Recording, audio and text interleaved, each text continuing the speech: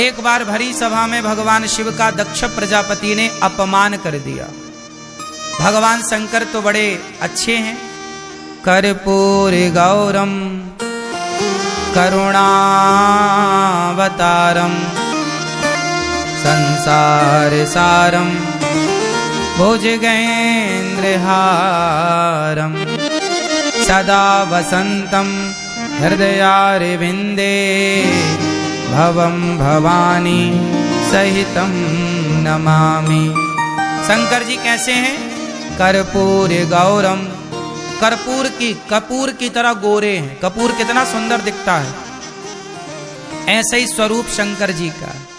शंकर जी बहुत गोरे हैं, सुंदर हैं। कर्पूर गौरम करुणावतारम, करुणा के अवतार हैं। करुणा कैसी? शंकर जी के जैसी करुणा कहाँ होगी। बहुत दयालु हैं शंकर जी। करुणावतारम संसार सारम, संसार का संहार करने वाले। भुजगेन्द्रहारम, क्या लपेटते हैं गले में? सांप। सदा वसंतम, सदा वसंतम, जिनके हृदय में सदा बसते हैं कौन? हृदयारविंदे, जिनके हृदय में सदा सीताराम बसते हैं, लक्ष्मी नारायण बसते हैं हृदय में। ऐसे भगवान शंकर को भवानी सहित भगवान शिव माता पार्वती के सहित भगवान शिव को हम ध्याते हैं, ध्यान करते हैं, नमस्कार करते हैं। बोलिए शंकर भगवान की। शंकर भगवान कहाँ रहते हैं? कहाँ रहते हैं? कैलाश। अच्छा, आपके घर में बहुत, आपके गांव में, आपके गली में, आपके क्षेत्र में मंदिर होंगे ना शंकर जी के, जहाँ शिवलिंग है। शिवलिंग पर आप जल भी चढ़ाने जाते हो। धतूरा, बिल्व पत्र, आग का फूल इत्यादि शिव जी पर चढ़ाए जाते हैं।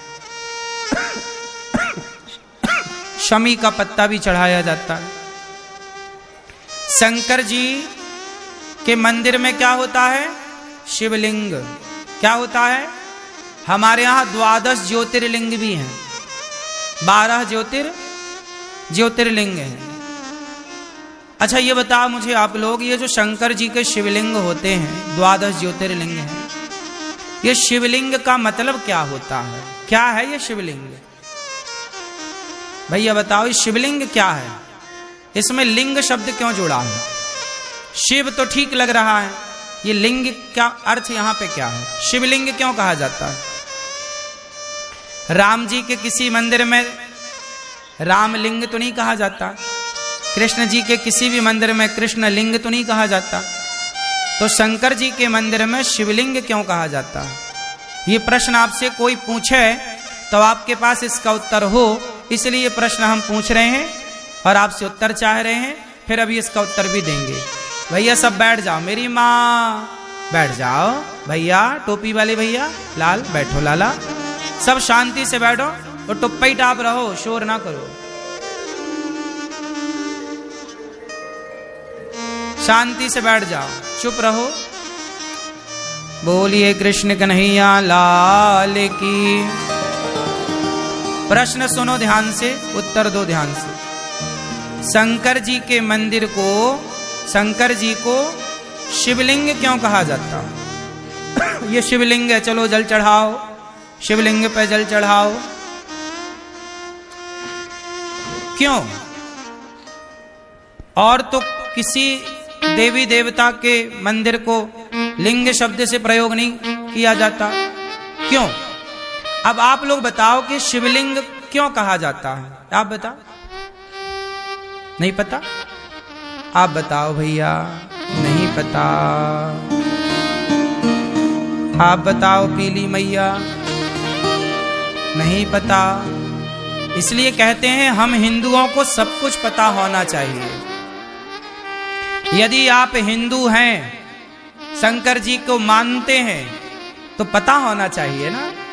नहीं पता होने से लोग भड़का देते हैं आपको कुछ भी, तो आप मान ले यार बात तो सही है। इससे क्या होता? हमारा सनातन धर्म कमजोर होता है। हमारे ज्ञान न होने से हमारा धर्म कमजोर होता है।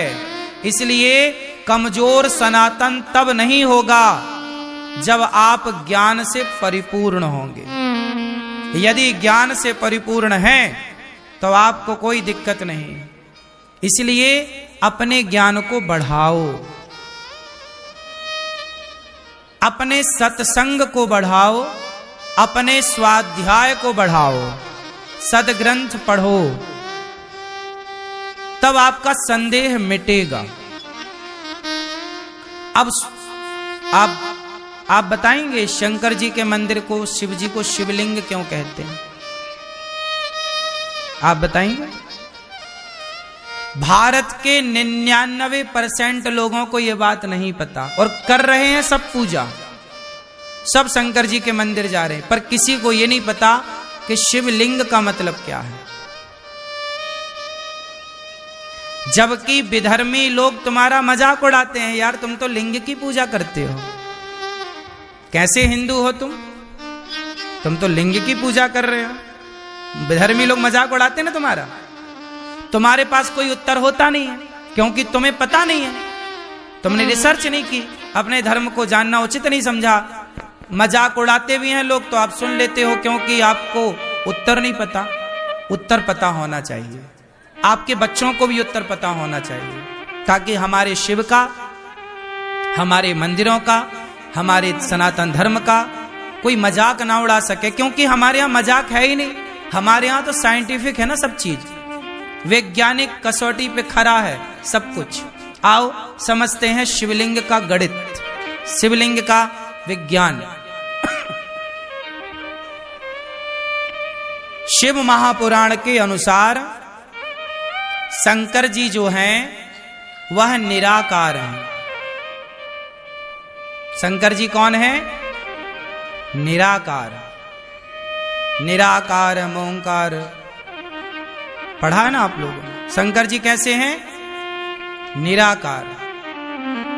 जब भगवान शिव को निराकार कहा गया, वह एक शक्ति है, एक ज्योति के रूप में है। शंकर जी निराकार हैं, पर शंकर जी के भक्तों ने कहा कि प्रभु आप निराकार हैं, पर हम आपकी उपासना करना चाहते हैं, ध्यान करना चाहते हैं, तो ध्यान करने के लिए कोई तो आकार हो, वरना निराकार है तो ध्यान किसका करेंगे? कहां जाके मन टिकेगा, कहां जाके आंखें टिकेंगी? तो वो निराकार जो है, उस निराकार का कोई आधार तो चाहिए। क्या चाहिए? आधार। तो आधार क्या है? तब भगवान शिव ने कहा कि मैं तो कण कण में व्याप्त हूं, सब जगह हूं, आप किसी को भी आधार मान लीजिए। मैं निराकार तो हूं, परंतु आपके लिए मैं सब जगह प्रकट हो सकता हूं। तब भगवान शिव के भक्तों के द्वारा अनेक अनेक टाइम पर, अनेक अनेक स्थानों पर भगवान शिव का वह निराकार रूप एक बिंदु में प्रकट किया गया। ज्योतिर्लिंग क्या है? एक बिंदु ही तो है, छोटी सी बिंदु, डॉट। क्या है? एक डॉट है, इतना वो बिंदु है, वो निराकार रूप है। अब उसे लिंग क्यों कहा जाता है? लिंग का मतलब शरीर का योनि भाग नहीं। आपने हिंदी में व्याकरण में पढ़ा होगा कितने लिंग होते हैं। हम लोगों ने पढ़ाई में कितने लिंग पढ़े हैं? बोलो, कितने लिंग होते हैं? 3, स्त्रीलिंग, पुरलिंग और नपुंसक लिंग। 3 लिंग पढ़े ना आप लोगों ने। जब हम कहते हैं पुरलिंग, तो आपसे मेरा सवाल है कि पुरलिंग कहने से पुरुष के लिंग का बोध होता है कि पूरे शरीर का बोध हो जाता है? बोलो भाई, पुरलिंग कहने से पूरा बोध ना हुआ, एक योनि भाग का थोड़ी बोध हो रहा है। उसी तरह शिवलिंग, शिवलिंग का मतलब है यह भगवान शिव का संपूर्ण तेज है, संपूर्ण शरीर है, सब कुछ है। भगवान शिव हैं पूरे, साक्षात सिर से लेकर पांव तक। भगवान शिव का ही पूरा एक भक्त जो है वो भाव रखता है किस वस्तु में मेरे भगवान हैं। अब बताओ, शालिग्राम भगवान भी तो गोल पत्थर की तरह है। शालिग्राम भगवान की बटैया कैसी है? गोल है ना, उसमें हाथ दिखता, ना पांव दिखते, ना पेट दिखता, ना पीठ दिखता, ना आंख दिखती, ना नाक। शालिग्राम भगवान में कहां कुछ दिखता है? शालिग्राम भगवान तो गोल है कि नहीं? तो भाव ये है ना कि ये नारायण है। क्या भाव? शालिग्राम मतलब भगवान नारायण विष्णु। तो पूरे शालिग्राम गोल में भाव पूरे विष्णु का है ना। उसी तरह जैसे शालिग्राम भगवान में पूरे नारायण का बोध होता है, ऐसे शिवलिंग में पूरे शंकर का बोध होता है। पूरे शिव है वो। शिव का योनि भाग नहीं है कि कोई योनि भाग माने कि नहीं जी केवल ये योनि भाग है उसकी हम पूजा करें। नहीं, शिवलिंग का अर्थ है संपूर्ण शिव, कल्याण करने वाले। शिव का अर्थ होता है कल्याण करने वाले। ऐसे शिव की हम आराधना करते हैं। तो वहां लिंग का मतलब शिव को बोध कराने वाला वो शब्द है। बात समझ में आई? चूंकि इतनी सी जानकारी ना होने के कारण आप ना उत्तर दे पाते, ना आप समझ पाते, ना तो आप समझा पाते।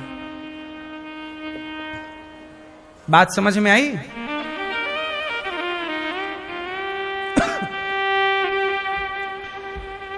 तो भगवान शंकर का एक बार अपमान हुआ। दक्ष प्रजापति के यज्ञ में भगवान शंकर ने कोई उत्तर नहीं दिया, चुपचाप चले आए। शंकर जी को गालियां दक्ष प्रजापति देते रहे, अपमान करते रहे, पर शंकर जी ने कोई उत्तर नहीं दिया। शंकर जी चुपचाप आए। दक्ष ने यज्ञ किया, शिव के अपमान को और अपमान करने के लिए सबको बुलाया, पर भगवान शंकर को नहीं बुलाया। पर भगवान शंकर ने कोई उत्तर नहीं दिया। माता सती उस यज्ञ में बिना बुलाए गईं और पति भगवान शिव का अपमान देखकर माता सती जलकर भस्म हो गईं और वही सती पार्वती बनी। तब जाकर शंकर पार्वती का विवाह संपन्न हुआ। अच्छा एक बात बताओ, आप में से कितने लोग शिव जी के मंदिर जाते हैं? हाथ उठा के मुझे दर्शन दे सकते हैं। जाते हो? अब ये बताओ कि शिव जी के मंदिर जाते हो तो क्या सीख मिलती है भगवान शंकर से? मंदिर क्यों जाया जाता है? शिव जी के मंदिर हो, राम जी के मंदिर हो, कृष्ण जी के मंदिर हो, दुर्गा जी के मंदिर हो, हनुमान जी के मंदिर हो, क्यों जाते हैं मंदिर? क्यों जाना चाहिए? आप शंकर जी के मंदिर क्यों जाते हो? उत्तर दो। क्या सीख मिलती है आपको शिव जी के मंदिर से? आप मंदिर क्यों जाते हैं? हाँ,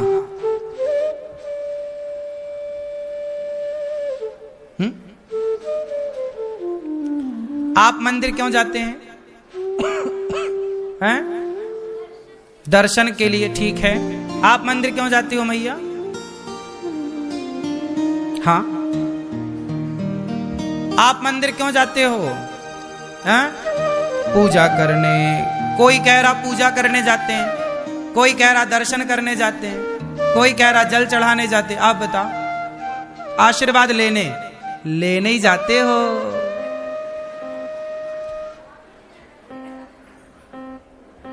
देखो जरा, हम हिंदू, हम सनातनी कितने अज्ञान में जी रहे हैं। हमने मंदिरों के विज्ञान को समझा ही नहीं। काश मंदिरों के विज्ञान को हम लोगों ने समझा होता। आज का युवा, आज का नौजवान भगवान से विमुख क्यों हो गया? क्योंकि उस नौजवान को हमने मंदिर का विज्ञान समझा ही नहीं पाए, समझाने में असफल रहे। मंदिर क्यों जाते हैं? इस प्रश्न का उत्तर शायद आप में से किसी के पास हो। जाते सब हैं, पर क्यों जाते हैं ये किसी को नहीं पता, बस जा रहे हैं। क्यों जाते हैं, आओ चर्चा कर लेते हैं। जब तक ज्ञान ना हो ना तो जाने का अर्थ कहां है। सब जा रहे हैं तो आप भी जा रहे हैं, ये तो भेड़ चाल हो गई। ये कौन सी चाल हो गई, भेड़ चाल। मंदिर क्यों जाते हैं, चलो बात करते हैं शंकर जी की। भगवान शिव के मंदिर में क्यों जाते हैं, नहीं पता? आप बताओ क्यों जाते हैं मंदिर शंकर जी के। चलो अब सुनो। भगवान शिव जी के मंदिर में जाते हैं कि भगवान शिव को देखकर हम भगवान शिव से ग्रहण करेंगे, सीखेंगे। क्या भगवान शिव क्या सिखाते हैं? शंकर जी के मंदिर जाने से पहले शंकर जी की कथा सुनो। कथा क्या है कि दक्ष प्रजापति ने भरी सभा में भगवान शिव को सैकड़ों गालियां दी, अपमानित किया, जलील किया, श्राप दिया, पर भगवान शिव ने एक बार भी उत्तर नहीं दिया। सारी गालियां सह गए।